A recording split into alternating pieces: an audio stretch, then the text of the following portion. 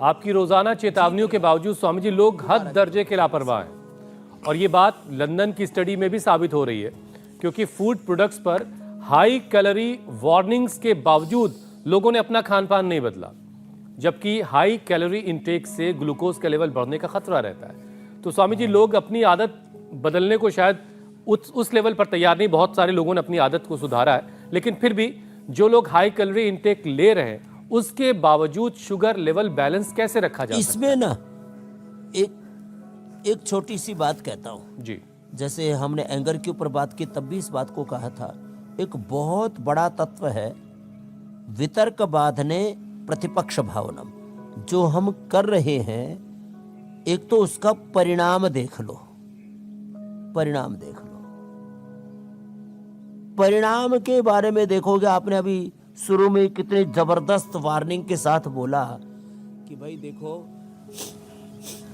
आपको यदि डायबिटीज है, बचपन में हुई है, 15 साल की उम्र में हो, 25 साल की, 50 साल की उम्र में डायबिटीज हुई है, तो आपकी उम्र 10 से लेकर के 25 साल तक की उम्र कम हो जाती है, आपकी प्रोडक्टिविटी कम हो जाती है, आपका उत्साह कम हो जाता है, क्वालिटी ऑफ लाइफ, और फिर आपकी ज़िंदगी में इतने रिस्ट्रिक्शंस लग जाते हैं। अरे डायबिटीज़ होगी, अब शुगर नहीं खा सकते, अरे डायबिटीज़ हो गई, अब शुगर के साथ साथ अब आँखों पर भी खतरा है, अब चलो अर्ध मत्स्येंद्रासन वक्रासन करो। ये तो बच्चे तो हमारे पूर्ण मत्स्येंद्रासन कर लेते हैं, और कठिन कठिन आसन, वृश्चिकासन, भूनमनासन।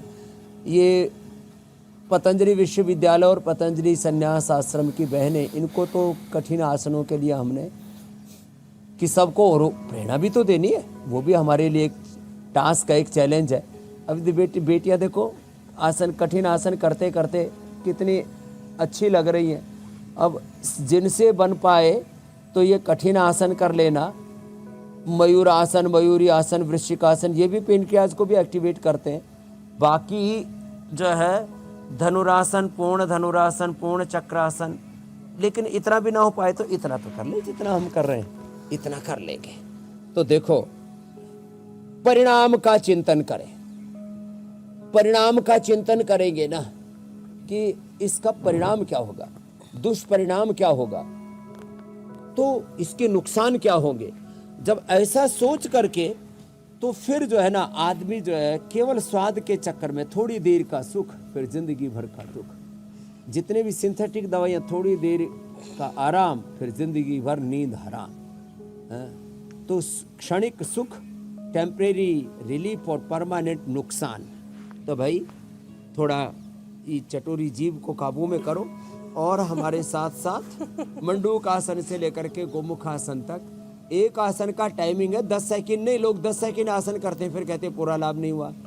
हमने इंडिया टीवी पर प्रोग्राम भी देखा था, हमने तो योग भी किया था, हमने तो आयुर्वेद की औषधियाँ भी ली थी, हमने तो जड़ी बूटियाँ भी ली थी, घरेलू उपचार भी किया था।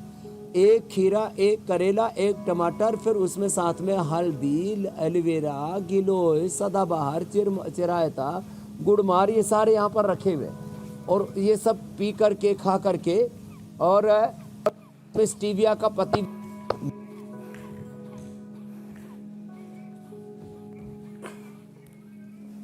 अब देखो, ये जूस मैंने खूब पिया हुआ है, कड़वा नहीं लगता ज़्यादा, बहुत एक बार ऐसा थोड़ा सा हल्का सा लगता। अब देखो, ये ऐसे, ये 3 दिन में सर्दियों में, गर्मियों में 1 दिन में, ज़्यादा गर्मी में, थोड़ी गर्मी है तो 2 दिन में, सर्दियों में 3 दिन में इतने बड़े बड़े अंकुर फूट आते हैं। किसके?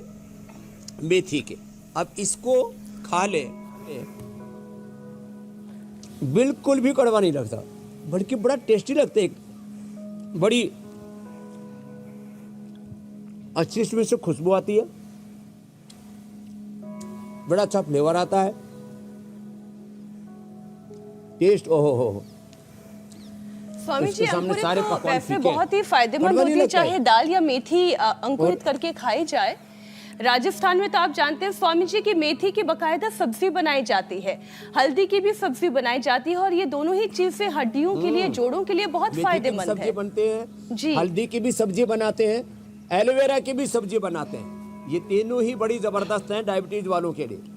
हल्दी की सब्जी, एलोवेरा की सब्जी, हम तो एलोवेरा, हल्दी और मेथी तीनों की मिला करके एटीएम बोलते हैं, aloe vera, turmeric and methi, ATM की सब्जी बना देते हैं। और फिर बाजरा रागी के साथ खिलाते हैं, थोड़ा सा दही दे देते हैं। हमने ये एंटी डायबिटिक आटा भी बना रखा है। केवल गेहूं के, केवल चावल के पीछे लट्ठे लेकर के पड़े हुए हैं। ये छोड़ना पड़ेगा, हमें थोड़ा चेंज तो लाना पड़ेगा। तो आपने जो कहा ना, देखो, और किसी को मीठा खाने का शौक है, एक गुड़ की गड्ढली खा ले, एक 2-4 मुनक्का खा ले, एक खजूर खा ले, 1-2 अंजीर खा ले, कोई दिक्कत नहीं। बाकी कार्बोहाइड्रेट थोड़ा कम कर दें तो, और अपने योगाभ्यास को कतई ना छोड़े, तो शुगर एकदम बैलेंस रहता है। हम तो डायबिटीज़ के पेशेंट को रोज़ सेब खिलाते हैं, रोज़ उसको जो मिक्स फ्रूट खिलाते हैं, थोड़े थोड़े फ्रूट सब खिला देते हैं। उसमें थोड़ा सा केला भी होता है, थोड़ा सेब भी होता है, 2-4 अंगूर भी डाल देते हैं, थोड़ा स्ट्रॉबेरी डाल देते हैं, थोड़ा अनार डाल देते हैं, थोड़ा पपीता, ऐसे ये सारी चीज़ें मिला करके, कीवी, हम तो फ्रूट्स खिला करके फिर डायबिटीज़ के पेशेंट को नॉन डायबिटिक करते हैं। तो फ्रूट वाला जो शुगर होता है, वो चाहे वो पपीते में भी थोड़ा शुगर होता है, मीठे पपीते में, सेव में भी शुगर होता है, और अनार में भी शुगर होता है, अमरूद में भी शुगर होता है। गर्मियों में तो स्वामी जी आपने आम भी खूब खिलवाए हैं। वो नुकसान नहीं करेगी। शरबत कभी भी नहीं लेना चाहिए, और चीनी कभी नहीं खानी चाहिए।